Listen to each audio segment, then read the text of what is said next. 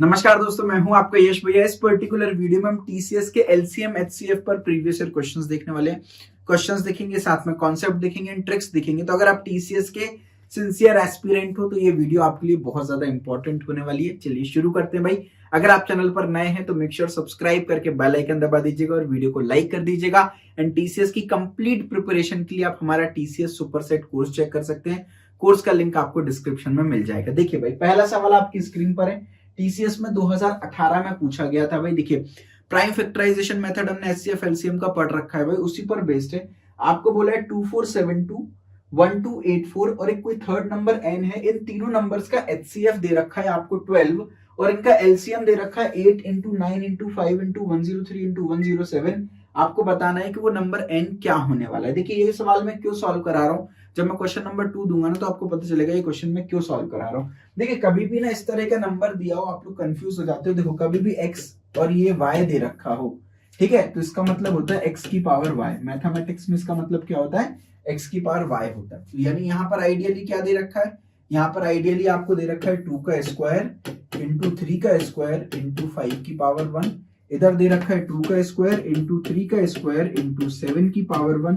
इधर दे रखा है 2 का स्क्वायर इंटू 3 का स्क्वायर इंटू 8103। इस तरह से हमको यहाँ पर दे रखे हैं तीन ऑप्शन और चौथा ऑप्शन नन ऑफ दीज है भाई। अच्छा, आपने प्राइम फैक्टराइजेशन का अगर फंडामेंटल ध्यान से समझा है तो आप इस क्वेश्चन को बहुत आसानी से सॉल्व कर पाओगे। ठीक है, देखो 2472 का अगर मैं प्राइम फैक्टराइजेशन करूं तो क्या निकल के आता है? ये निकल के आता है 2 cube into 3 into 103। Prime factorisation आप सब कर ही लोगे। 1284 को अगर प्राइम फैक्टर्स में ब्रेक करोगे तो 2 स्क्वायर इंटू 3 इंटू 107 आएगा। अब ये एन नंबर क्या है इसके बारे में अपन को पता लगाना है। और एचसीएफ आपको दे रखा है 12। अगर मैं 12 को प्राइम फैक्टर्स में स्प्रेड करूं तो ये 2 स्क्वायर इंटू 3 होता है। अच्छा, एक बात अगर मैं आपसे पूछूं या मैं आपको बताऊं, एक बात आपको इतना है कि भाई एचसीएफ में 2 का स्क्वायर आ रहा है और 3 आ रहा है। इन दोनों का आना तो कंपलसरी है ना।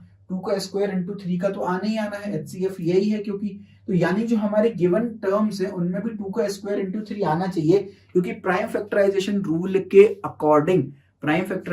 के अकॉर्डिंग जो मिनिमम पॉसिबल कॉमन नंबर्स होते हैं उनको हम ले लेते हैं एचसीएफ के लिए।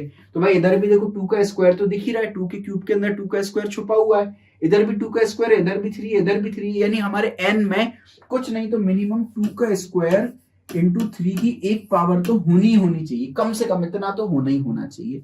ठीक है। अच्छा, एलसीएम क्या बोलता है? सब कुछ ले लो यार, मैक्सिमम लेने की कोशिश करो। एलसीएम बोलता है सब कुछ ले लो, तो एलसीएम आ रहा है 8 इंटू 9 इंटू 5 इंटू 103 इंटू 107। अगर इसको पावर्स में ब्रेक करें तो 2 का क्यूब, 3 का स्क्वायर, 5 इंटू 103 इंटू 107। अगर आप ध्यान से अंडरस्टैंड करेंगे तो 103 हमने ले लिया है, यहां से ले लिया, चलो मान लो 103। 107 मान लो हमने यहां से ले लिया। क्या बोलता है? सब कुछ ले लो, मैक्सिमम ले लो, सब कुछ ले लो भाई। ठीक है, 2 का क्यूब हमने यहां से ले लिया है, कोई टेंशन वाली बात नहीं है भाई। लेकिन 3 की पावर 2 चाहिए। हमने यहाँ पर 3 की पावर 1 ही अवेलेबल है हमारे पास। अगर मैं इसको 3 की पावर 1 मानूं तो 3 की पावर 1 ही अवेलेबल है। 3 की पावर 2 चाहिए हमको, क्योंकि भाई नंबर जो कॉमन नंबर आ रहा है वो, और उस पर जो मैक्सिमम पावर चाहिए वो लेते हैं। तो भाई यहाँ पे 3 की पावर 1 है, यहाँ भी 1 ले लेंगे तो फिर यहाँ 3 की पावर 2 जनरेट नहीं कर पाएंगे। इसका मतलब क्या है? इधर 3 की पावर 2 होना जरूरी है। मिनिमम अगर बेस देखें तो 3 की पावर 2 होना जरूरी है। 3 की पावर 1 हमने कैसे आइडेंटिफाई किया? एचसीएफ से आइडेंटिफाई किया कि भाई कम से कम 3 की पावर 1 तो होना ही चाहिए। एलसीएम बोलता है 3 की पावर 2 मैक्सिमम होना चाहिए। एचसीएफ मिनिमम क्या होना चाहिए ये बता रहा है, एलसीएम मैक्सिमम क्या होना चाहिए आपको ये बता रहा है। मैक्सिमम बोल रहा है 3 की पावर 2 होना चाहिए भाई। और 5 वाला टर्म इधर भी नहीं, इधर भी नहीं है, तो 5 वाला टर्म इधर से ही आ रहा होगा। अगर आप ध्यान से ऑब्जर्व करो, अगर मैं इन तीनों टर्म्स का एचसीएफ निकालू, 5 की पावर 1, अगर मैं तीनों टर्म्स का एचसीएफ निकालू तो यहाँ पर कॉमन अगर आप देखोगे तो 2 और 3 ही कॉमन आ रहा है, और मिनिमम पावर 2 है, और मैक्सिमम यहाँ पर 3 पर मिनिमम पावर 1 है। तो देखो 12 आपका एचसीएफ आ गया। अगर मैं एलसीएम निकालू तो क्या क्या टर्म्स है? 2 है, 3 है, 5 है, 103 है और 107 है। तो मैक्सिमम पावर 2 पे क्या चढ़ी है भाई? 3 चढ़ी है। 3 पे क्या चढ़ी है? मैक्सिमम पावर 2 चढ़ी है। 5, 103, 107 पर एक ही एक पावर चढ़ी है, तो ये हो गया 8, ये हो गया आपका 9, 5 इंटू 103 इंटू 107। यानी ये जो नंबर हमने एज्यूम किया है एन के लिए, ये एब्सोल्युटली करेक्ट है। तो 2 की पावर 2 इंटू 3 की पावर 2 इंटू 5 की power 1, option 1 is the correct answer. 2 की पावर 2 इंटू 3 की पावर 2 इंटू 5 की पावर 1। तो प्राइम फैक्टराइजेशन का अगर आपको बेसिक फंडामेंटल क्लियर होता कि भाई कहां से मिनिमम लेते हैं, कहां से मैक्सिमम लेते हैं, क्या नहीं लेते हैं भाई, तो आप आसानी से इस क्वेश्चन को सॉल्व कर लेते हैं। भाई ये क्वेश्चन क्यों इतना स्पेशल है, सबसे पहले तो भाई आपको मैं प्रिंटेड सॉल्यूशन भी देने वाला हूँ, एक बार आप चाहें तो उसको रीड कर सकते हैं। भाई ये क्वेश्चन क्यों स्पेशल है भाई, है ना। अच्छा एक चीज और, यहाँ पर आप लोग 3 का क्यूब मत ले लीजिएगा। आप बोलोगे भैया पहले 3 की पावर 1 HCF के लिए चाहिए था, 3 की पावर 2 LCM के लिए चाहिए था। तो अगर मैं 3 की पावर 2 ले लूंगा तो LCM का काम भी बन जाएगा और 3 की पावर 2 के अंदर 3 की पावर 1 तो छुपा ही हुआ है, तो HCF का भी काम चल जाएगा। जैसे यहाँ पे 2 की पावर 2 छुपी हुई थी ना ऑलरेडी, पावर 3 ले ली, अलग से 2 की पावर 2 लिखने की जरूरत नहीं क्योंकि इसके अंदर छुपी हुई है ऑलरेडी, राइट। तो इसलिए 3 की पावर 1 अलग से लिखने की जरूरत नहीं थी, ठीक है भाई। तो मैं बोल रहा था आपको प्रिंटेड सॉल्यूशन मिल रहा होगा हर क्वेश्चन का, इसलिए ये वीडियोस बहुत स्पेशल है, ठीक है। देखिए क्यों मैंने वो क्वेश्चन करा, अगर आप ध्यान से देखें सेम टू सेम क्वेश्चन, ये क्वेश्चन टीसीएस में 2018 में पूछा गया था बेटा, same to same question TCS में 2019 में पूछ लिया, थोड़ा सा टफ बना दिया। यानी पिछली बार तो ऑप्शंस ही फैक्टराइज्ड फॉर्म में दिए थे, इस बार ऑप्शंस फैक्टराइज्ड फॉर्म में नहीं दिए हुए, तो क्वेश्चन की डिफिकल्टी लेवल को थोड़ा सा इन्होंने बढ़ा दिया है भाई। तो क्या आंसर आया था पिछली बार, 2 की पावर 2 इंटू 3 की पावर 2 इंटू 5 की पावर 1 आंसर आया था। तो इसको देखो 2 की पावर 2 हो गया 4, 3 की पावर 2 हो गया 9 इंटू 5, 9 5 जा 40, 40 इंटू 4। एक बार दोबारा देखते हैं भाई, 2 की पावर 2 इज 4, 3 की पावर 2 इज 9 इंटू 5, 9 इंटू 5 45, माफ कीजिएगा ये होता है 45 इंटू 4, 45 इंटू 4 आपका 180 आने वाला है। तो भाई ऑप्शन ए जो है वो correct answer, same to same question पूछ लिया, बस ऑप्शन इस फॉर्मेट में दे दिए भाई। तो option A is the correct answer. Again पूरा प्रिंटेड सॉल्यूशन आपके सामने है, एक बार रीड कर लीजिएगा। चलिए भाई अगले क्वेश्चन पर मूव करते हैं। भाई देखिए ये क्वेश्चन क्यों स्पेशल है, टीसीएस में 2021 में पूछा, इन्फोसिस में 2 बार रिपीट हो गया, 2019 में 2021 में। किसी भी आईटी कंपनी का नाम ले लीजिए बेटा, प्रीवियस ईयर पेपर्स ही रिपीट हो रहे होते हैं, तो इनको अच्छे से सॉल्व करना बहुत ज्यादा जरूरी हो रखा होता है हमारे लिए, ठीक है। और किसी एक कंपनी की आप फंडामेंटली स्ट्रांग होकर के तैयारी करोगे तो बाकी कंपनीज की भी तैयारी आपकी एक साथ हो रही है। देखो जो पिछले 2 क्वेश्चंस किए थे वहां से प्राइम फैक्टराइजेशन की नॉलेज चेक की थी, इस क्वेश्चन में HCF LCM की कोर नॉलेज आपको है कि नहीं है भाई, ये चेक करने की भाई इच्छा है। देखिए भाई आपको बोला है find the smallest number that leaves a remainder of 4 on division by 5। किसी नंबर को अगर मैं 5 से डिवाइड कर दूं तो रिमाइंडर 4 आए, है ना। किसी नंबर को अगर मैं 6 से डिवाइड कर दूं तो रिमाइंडर मेरा 5 आए। अगर उसी नंबर को मैं 7 से डिवाइड कर दूं तो रिमाइंडर मेरा 6 आ जाए। अगर उसी नंबर को 8 से डिवाइड कर दूं तो रिमाइंडर मेरा 7 आ जाए। अगर उसी नंबर को 9 से डिवाइड कर दूं तो रिमाइंडर मेरा 8 आ जाए। तो आपको एक सबसे छोटा ऐसा नंबर निकालना है जिसका डिवाइड करने पे एक नंबर कम आ रहा हो, जिससे डिवाइड कर रहे हैं उससे एक नंबर कम आ रहा हो। तो अगर मैं कोई एक ऐसा नंबर निकाल लूं, कोई एक ऐसा नंबर निकाल लूं जो कि 5 से भी डिवाइड हो जाए, 6 से भी डिवाइड हो जाए, 7 से भी, 8 से भी, 9 से भी डिवाइड हो जाए, तो अगर मैं ऐसा नंबर ले लूं जो कि 5 6 7 8 9 इन सभी से डिवाइड हो जाए और उस नंबर में मान लेते हैं वो नंबर कुछ x आता है, अब वो x नंबर 5 6 7 8 9 सबसे डिवाइड हो जाता है, अगर उस x में से 1 माइनस कर दूं भाई साहब पूरी एल्गोरिदम बिगड़ जाएगी। 1 माइनस करने पे एक एक कम रिमाइंडर आएगा। एग्जांपल समझते हैं, 12 है, 12 आपका 6 से डिवाइड हो जाता है, अगर मैं एक कम कर दूं यानी 11 कर दूं भाई साहब आप देखो 5 रिमाइंडर आ गया, 6 डिवाइड करने पे 5 रिमाइंडर आ रहा है। और एग्जांपल्स देख लो, मान लो 21 है, 7 से डिवाइड करूं भाई साहब पूरा डिवाइड हो जा रहा है, कोई टेंशन नहीं, लेकिन अगर मैं एक नंबर इसमें से माइनस कर दूं 20 कर दूं, अब देखो जरा 7 2 टाइम्स गया 14, 6 रिमाइंडर, एक रिमाइंडर कम आ गया। तो अगर आप चाहते हो जो मेरा नंबर है उससे एक कम रिमाइंडर आए तो जो एक्चुअल नंबर डिवाइड हो रहा है उसमें एक कम कर दो। तो अगर मैं एक ऐसा नंबर निकाल लूं जो कि 5 6 7 8 9 सबसे डिवाइड हो जा रहा है, यानी ये सबसे डिवाइड हो जा रहा है, कोई रिमाइंडर नहीं, अगर मैं उस नंबर को बस एक कम कर दूं तो 5 से डिवाइड करने पे 4 रिमाइंडर, 6 से डिवाइड करने पे 5, 7 से डिवाइड करने पे 6, 8 से मैं 7, 9 से मैं 8। तो डायरेक्टली अभी मैं सॉल्व नहीं कर रहा हूं, पहले फंडामेंटली इस चीज को समझ रहा हूं। तो ओवरऑल x निकाल लिया मैंने तो काम चल गया, यानी एक ऐसा नंबर निकालना है जो कि 5 6 7 8 और 9 सबसे डिवाइड हो जाए। अब ऐसा नंबर जो इन सबसे डिवाइड हो जाए वो क्या होता है, लोवेस्ट कॉमन मल्टीपल, जो कि सबका मल्टीपल हो, यानी सबकी टेबल में आता हो, 5 की भी टेबल में, आपका 6 की भी टेबल में, 7 की भी टेबल में, 8 की भी टेबल में, 9 की भी टेबल में आता हो भाई, वो आपको फंडामेंटली निकालना है भाई। तो उसके लिए आप क्या कर सकते हो, प्राइम फैक्टराइजेशन निकाल लो। 5 के प्राइम फैक्टर्स है 5, 6 के प्राइम फैक्टर्स 2 की पावर 1 इंटू 3 की पावर 1, 7 का प्राइम फैक्टर 7 ही है, 8 मतलब हो गया 2 का क्यूब, 9 मतलब क्या हो गया 3 का स्क्वायर हो गया। अब आप जब प्राइम फैक्टर्स लिख रहे हो तो 2 भी आ रहा है, 3 भी आ रहा है, 5 भी आ रहा है, 7 भी आ रहा है, 2 3 5 7 आ रहा है। 2 पे मैक्सिमम पावर क्या आ रही है, 3 आ रही है, 3 पे मैक्सिमम पावर 2 आ रही है, 5 और 7 पे पावर 1 1 आ रही है। तो ये आ गया आपका 8 इंटू 9 इंटू 5 इंटू 7, ठीक है। तो 8 इंटू 9 क्या हो गया, 72 हो गया। 72 में से 7 इंटू 5 का मल्टीप्लाई कर देंगे। तो एक काम करते हैं, 72 में से हम क्या करेंगे, 7 का मल्टीप्लाई, तो 7 दूनी 14 का 4, कैरी ओवर 1, 7 7 14, ये 504 आ गया। तो ये अल्टीमेटली आपका बन गया 504 मल्टीप्लाइड बाय 5।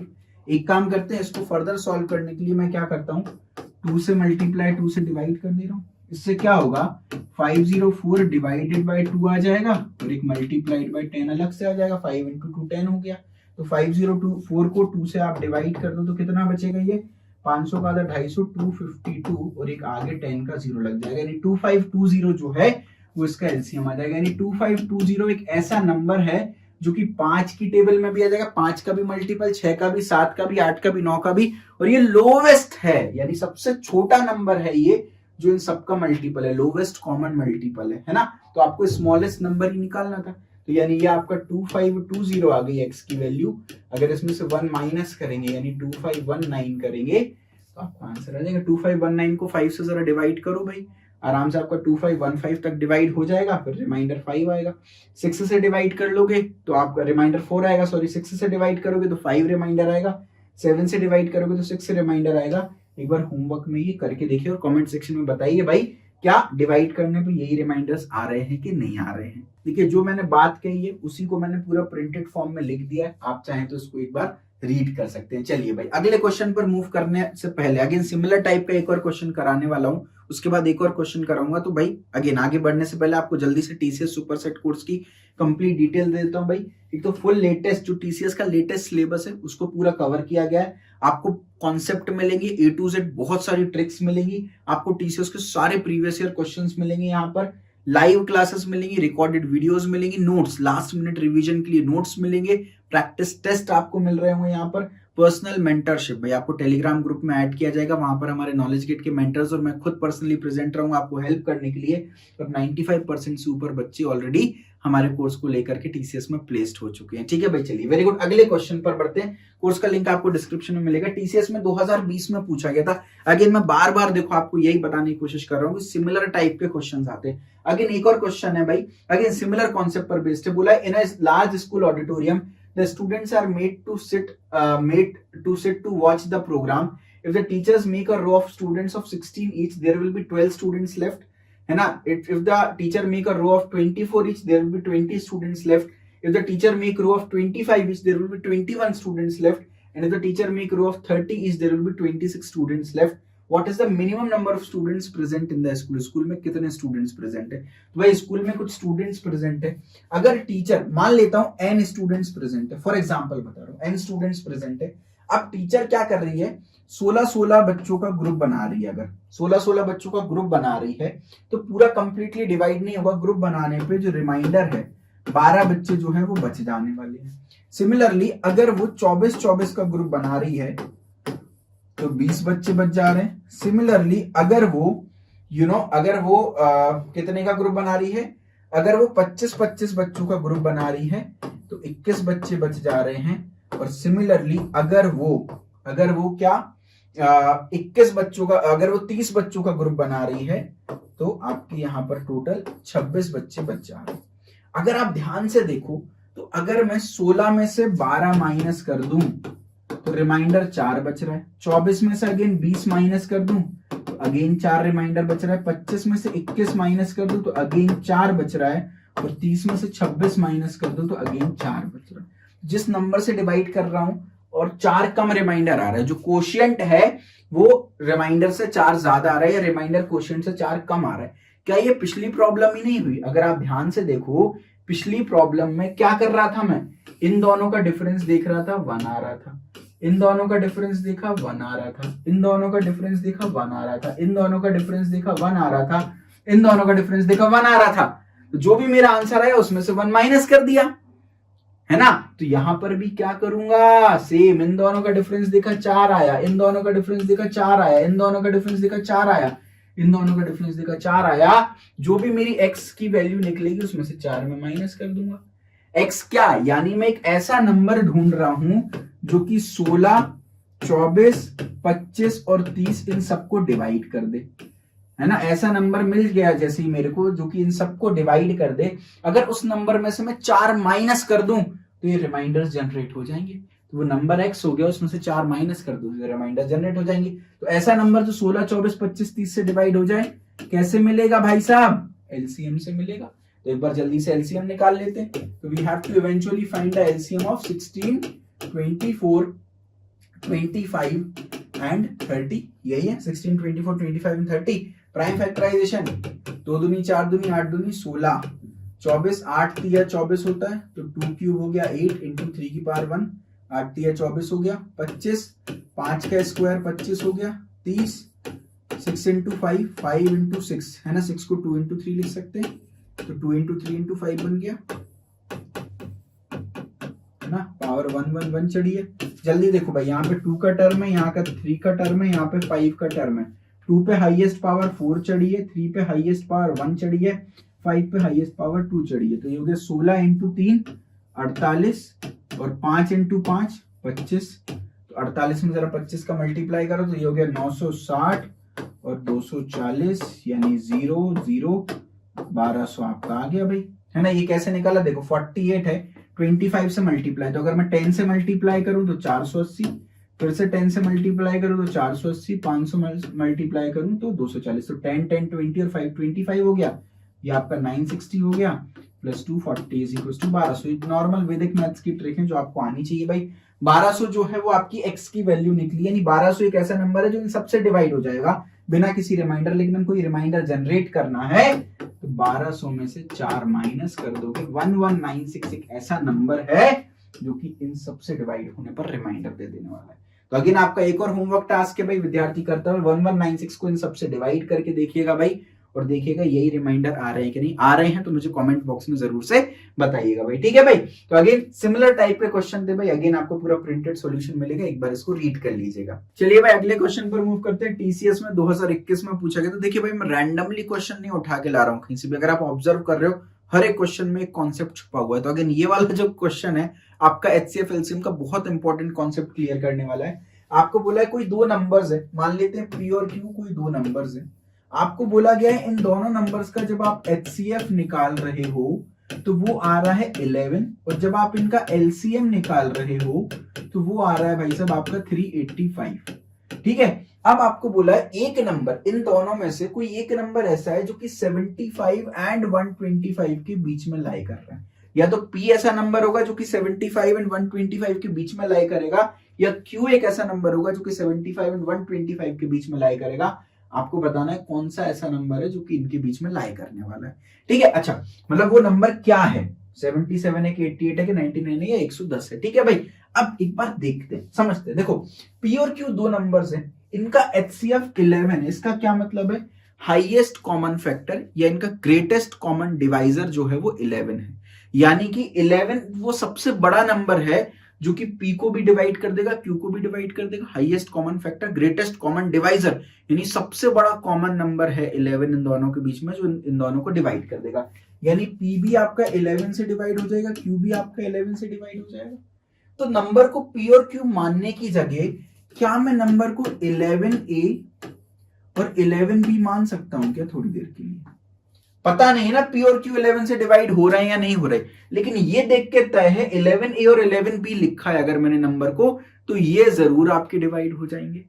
तो जस्ट एक बहुत प्यारी सी चीज बता रहा हूं, अगर कहीं पर भी आपको HCF बोल रखा है कि भैया HCF P है, तो नंबर्स को आप P इंटू A और P इंटू B एज्यूम कर सकते हो। मान लो बोला HCF आपका 13 है, तो नंबर्स को आप 13A, 13B, 13C इस तरीके से एज्यूम कर सकते हो। ठीक है, तो अब यहाँ पर HCF 11 दे रखा था, तो 11A, 11B इस तरीके से मैंने नंबर्स एज्यूम कर लिए। ये मेरे दो नंबर्स हो गए जिनका HCF 11 क्लियर कट दिख रहा है हमको। ठीक है, अच्छा इसमें एक शर्त और होती है। क्या शर्त होती है कि A और B जो नंबर्स मैंने लिए हैं, A और B जो मैंने माने हैं, PA और PB, इनका HCF 1 होना चाहिए। ऐसा इसलिए मैं आपको एग्जांपल समझाता हूँ। फॉर एग्जांपल आपने A की वैल्यू को 2 ले लिया, इसका क्वेश्चन से कोई लेना देना नहीं है, लेकिन ये कॉन्सेप्ट इंपॉर्टेंट है ना। B की वैल्यू को मान लो आपने 4 ले लिया फॉर एग्जांपल। अब 2 और 4 का HCF 1 नहीं है, 2 और 4 का HCF आपका 2 है, तो यानी 2 और 4 नहीं ले सकता मैं। क्यों नहीं ले सकता? क्योंकि 11 इंटू 2 हो गया 22 और 11 इंटू 4 हो गया 44। अब आप इनका HCF निकालोगे, HCF बेटा आपका 11 नहीं आने वाला, HCF आपका 22 आएगा। और HCF आपको 11 चाहिए, सबसे बड़ा नंबर आपको 11 ही चाहिए। तो A और B आपस में ना डिवाइड ना कर पाए एक दूसरे को, आपस में एक दूसरे के मल्टीपल ना निकले, क्योंकि अगर ये आपस में एक दूसरे के मल्टीपल निकल गए तो इस तरह का केस बन जाएगा, आपका HCF 11 नहीं होगा। तो यानी इनके बीच का जो A और B के बीच में कुछ भी कॉमन, कोई भी कॉमन फैक्टर नहीं होना चाहिए, यानी इनका HCF 1 होना चाहिए। या आप अगर टर्मिनोलॉजी को समझते हो, HCF 1 मतलब A और B आपके कोप्राइम होने चाहिए। ठीक है, तो जस्ट ये थ्योरी का पार्ट था, इसलिए मैंने क्लियर कर दिया। A और B आपके कोप्राइम होने चाहिए। तो यहाँ पर आप ABC एज्यूम कर रहे हो, तो ABC का HCF 1 होना चाहिए, यानी ये कोप्राइम होना चाहिए। ठीक है, चलो वापस से क्वेश्चन पे आ जाते हैं। तो दो नंबर मैंने P एज्यूम किया 11A और Q को एज्यूम कर लिया 11B। इनका HCF 11 है और LCM 385 है। अच्छा, आपने एक प्रॉपर्टी और पढ़ी होगी, नहीं पढ़ी हो तो समझा देता हूं मैं। LCM और HCF का जो मल्टीप्लीकेशन होता है वो प्रोडक्ट ऑफ टू नंबर्स के बराबर होता है। जो दो नंबर्स हैं जिनका आप HCF और LCM निकाल रहे हो उनके बराबर होता है।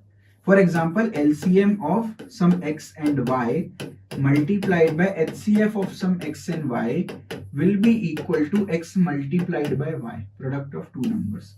LCM into HCF will be equal to what? Product of two numbers. इसको ध्यान रखना है। क्लैरिटी है? चलो भाई, अब यहां पर लगा देते हैं भाई। आपका LCM क्या है? HCF आपका 11 है, LCM 385 है। प्रोडक्ट ऑफ टू नंबर्स, पहला नंबर क्या है? 11A, दूसरा नंबर क्या है? 11B। ठीक है, अब 11 से एक 11 कट गया और ये 11 की टेबल में 35 टाइम्स कट जाएगा। 35 टाइम्स, देखो 35 इंटू 11 करोगे 385 हो जाएगा, यानी A इंटू B का जो प्रोडक्ट है वो आपका 35 आ गया। अब यहां से हमको क्या करना है भाई? देखो एक नई बात ही निकल के आ गई। A इंटू B जो नंबर है इनका प्रोडक्ट 35 आ रहा है। क्या क्या पॉसिबिलिटी बन सकती है? एक पॉसिबिलिटी बन सकती है 1 इंटू 35 की, कि एक नंबर 1 ले लो, दूसरा 35 ले लो। दूसरी बन सकती है 5 इंटू 7 की, बस ये दो ही पॉसिबिलिटीज बन सकती है। अब आप 5 और 7 के बीच में भी HCF निकालो, 1 आ रहा है, 1 आना चाहिए। और 1 और 35 के बीच में भी HCF निकालो, 1 आ रहा है, कुछ कॉमन फैक्टर ही नहीं है, चलेगा।